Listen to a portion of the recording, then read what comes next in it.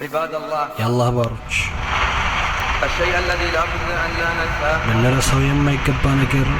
الشيء الذي ልንረሳው لا بد أن لا ننساه የማይገባ ነገር أننا እኛ في هذه الدنيا በዚህ ዱንያ እንግዶች መሆናችን ነው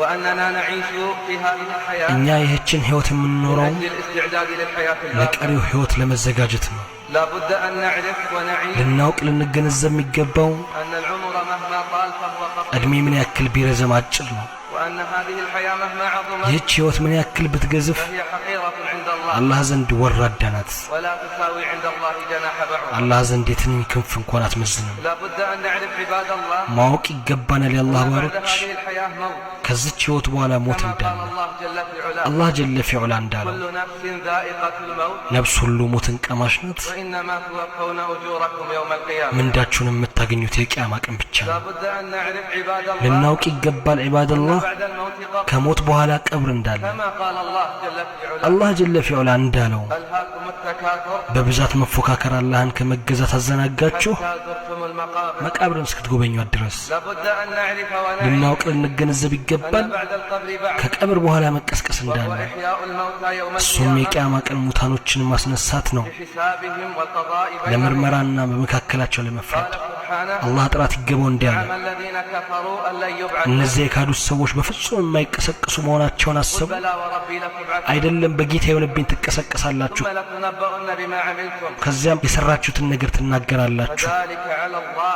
يسير ይሄ በአላህ ላይ ቀላል ነው በላችሁ حين علمنا هذا كله ይህን ሁሉ ስናውቅ فما المطلوب من الجميع ከሁሉም